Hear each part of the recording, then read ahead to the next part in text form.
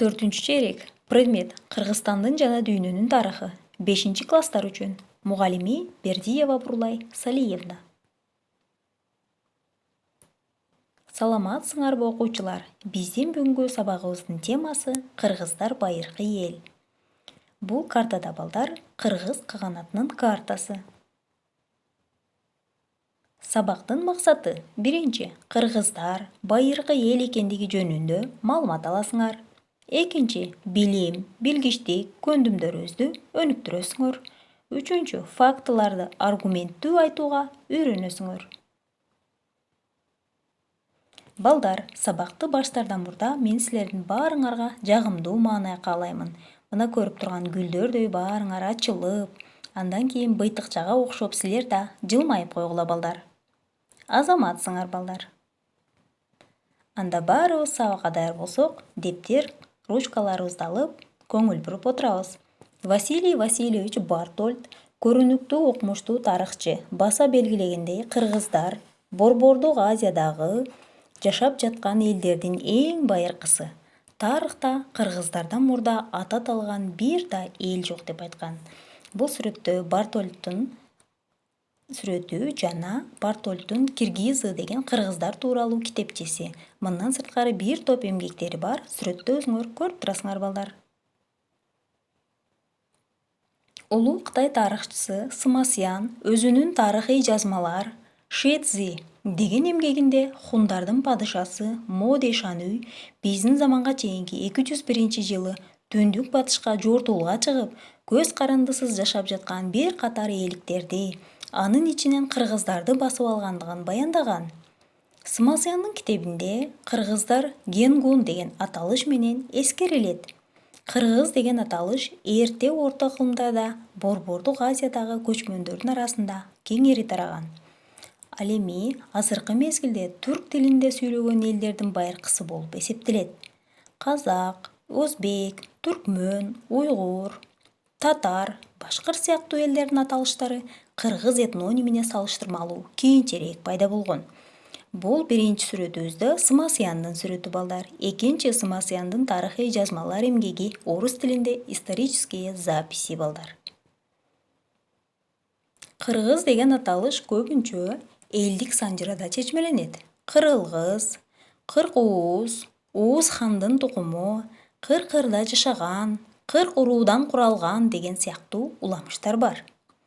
Ал эми окумуштуулардын көбү кыргыз деген аталыш кайраттуу, күчтүү, эр жүрөк, күжүрмөн адам деген түшүнүктү туюнтат деп эсептешет. 2003-жылы Бириккен Улуттар Уюмунун чечими менен кыргыз мамлекеттүүлүгүнүн 2200 жылдыгын эл аралык мааниде белгиленген.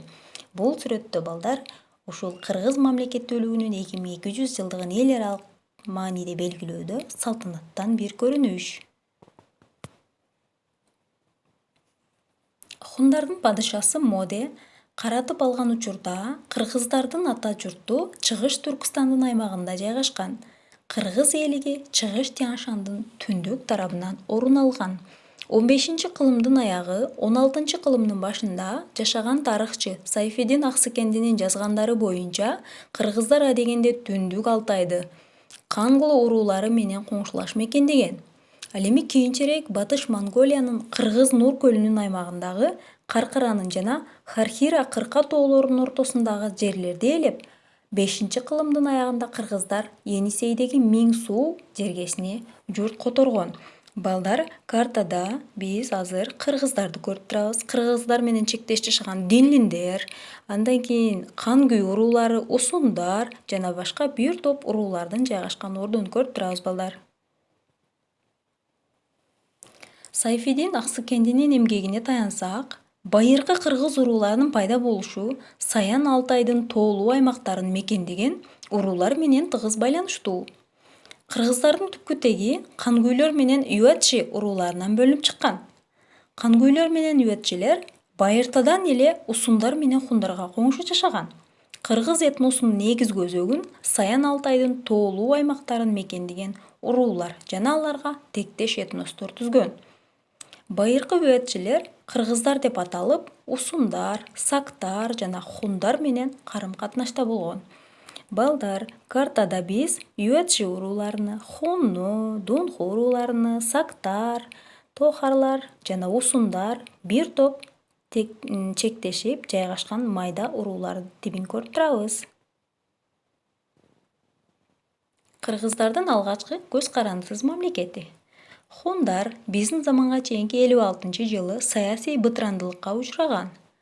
Алардын борбордук башкаруусу начарлап, Хун империясы экиге бөлүнүп алсыраган мезгилде кыргыздар көз карандысыз эркин мамлекеттүүлүккө жетишкен. Алар ээлеген аймак чыгыш Тянь-Шандын түндүк жагында Боро-Хоро тоо кыркалары менен Дзосотин-Элисун чөлүнүн ортосунда жайгашкан. Ушул жылдан тартып жазуу булактарында эң алгачкы ирет кытайлык тарыхчы Бангу чакан кыргыз мамлекетин Го падышалык термини менен белгилеген. Байыркы кыргыздардын Бол чакан өлкөсү кыргыздардын мамлекеттүүлүгүнүн жаңы башаты болуп калды. Биздин замандын 1-5 кылымдарында кыргыздар Тянь-Шандын чыгыш тарабын мекендеген. Кыргыздар тууралуу Кытай булактары Теле, Төлөс деп аталат, уруулар бирикмесинде коңшу катары эскерип, Янцинин кара шаардын түндүгүндө Ак тоонун жанында жайгашкан эл катары сыпаттайт. 5-кылымда кыргыздарды түндүк Кытайдан ооп келген жуан-жуандар басып алган. Балдар, бүгүнкү тема боюнча силерге суроолор. Өзүңөрдү текшергиле. 1. Кыргыз аталышы биринчи жолу ким тарабынан эскерилген? 2. Суроо. Кыргыздардын алгачкы ата журту кайсы жерде жайгашкан? 3. Сурообуз. Кыргыз аталышы кандайча чечмеленет? Балдар, бүгүн сабакка эң активдүү катышкан окуучуларды баалаймын. Анда баарыбыз дептерге үй тапшырманы жазабыз. Параграф 25. Текстти окуйбуз, суроолорго жооп жазып келебиз.